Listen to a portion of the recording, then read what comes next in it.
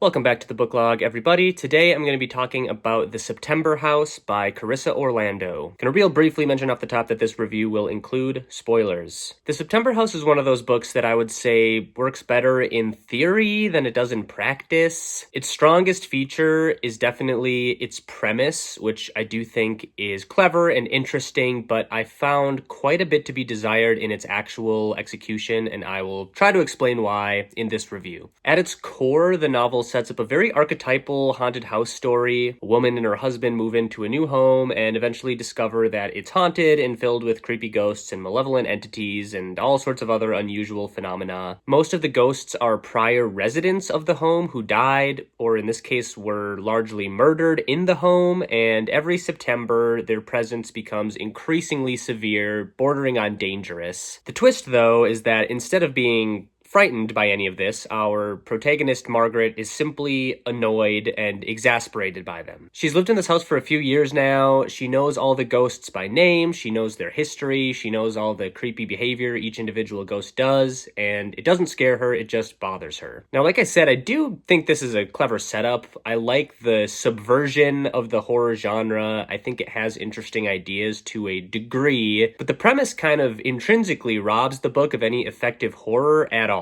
It's mainly just played for comedy, which is fine, but it still feels like the book is trying to toe the line and still be scary, but it doesn't really work. I did enjoy a lot of the ghost characters. They were very over the top, and it was funny to have Margaret so matter-of-factly contend with these mutilated children with their limbs hanging off and guts falling out or bodies burnt to a crisp. There's a ghost boy named Elias who runs around and bites you in a way that can cause genuine physical harm somehow. For some reason, he disappears for a little while after Margaret digs up the bones of his mother in the backyard, so that's a task she has to do occasionally when Septembers are ramping up. My personal favorite ghost was a woman named Frederica who acts kind of like a maid. She very frequently cooks dinner, makes tea, does chores around the house, cleans things. But for some reason, her ghost brain is kind of scrambled, so she's always moving household objects to really random spots in the house, like putting silverware in the bathtub or shampoo in the cupboards. She also stacks furniture a lot, which is a clever explanation for poltergeist activity. Other creepy things that happen around the house include constant moaning through the walls that eventually turns into screaming,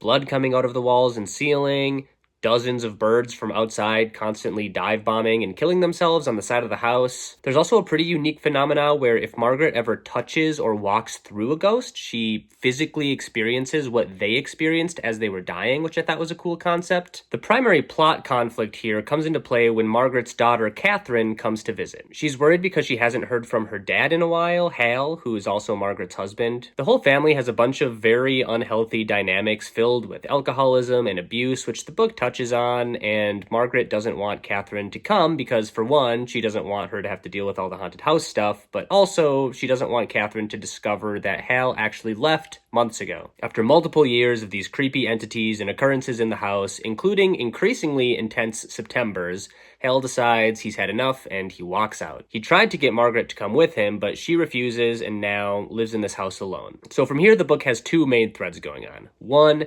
Margaret frantically trying to put the house back together, putting furniture back, cleaning the bloody walls before Catherine can notice anything weird afoot. And two, Catherine trying to figure out what happened to Hal. She contacts the police, and she even goes to various bars and hotels in the area to see if anyone there saw him or possibly knows anything about his whereabouts. So in terms of why this book didn't really work for me, there are a couple reasons. First, in spite of the unique concept, I found a lot of this book to be pretty boring and repetitive. I almost think this novel could have worked better as a short story because it has a strong foundation, but there are just pages upon pages of Margaret cleaning and reorganizing the house over and over again, seeing the same 5 ghosts doing the same things over and over again, and her reacting to them in the exact same nonchalant way every single time. And maybe something like that could succeed in a monotonous psychological horror sort of way, but remember, this book is deliberately not scary at all. There are pretty much no stakes, so the repetitiveness doesn't work in favor of the story or the atmosphere. And then the other thing I want to bring up here is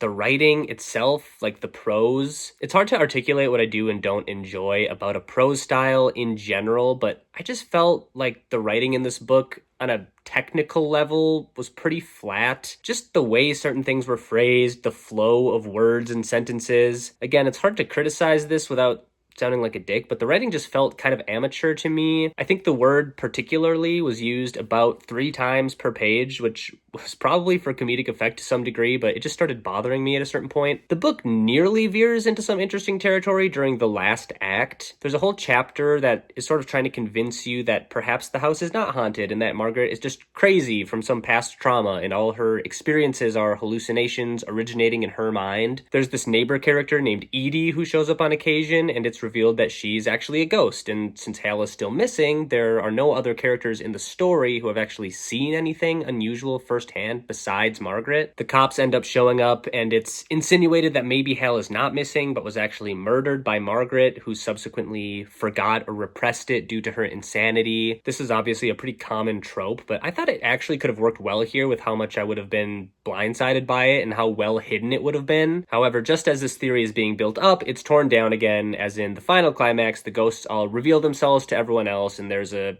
pretty run-of-the-mill action sequence involving them tracking down and killing Master Vale, who's the main evil ghost entity that lives in the basement and is also the one responsible for killing all the other people who turned into ghosts and now haunt the house. Unfortunately, the more I ponder it and the more I mull it over, the more I realize that I really just didn't enjoy that book all that much. I wanted to enjoy it. I really did try to enjoy it, but it just never landed for me. It's not scary or even really thrilling at all, and I didn't think it was funny enough to make up the difference. There's nothing wrong with introducing a lot of levity into a horror story, but the ratio here just didn't work. Like I said in the beginning, there are genuinely cool ideas and concepts in here, but the story is too boring and the writing is too weak. I'm sorry. I'm probably going to give this book like a 4 or a 5 out of 10.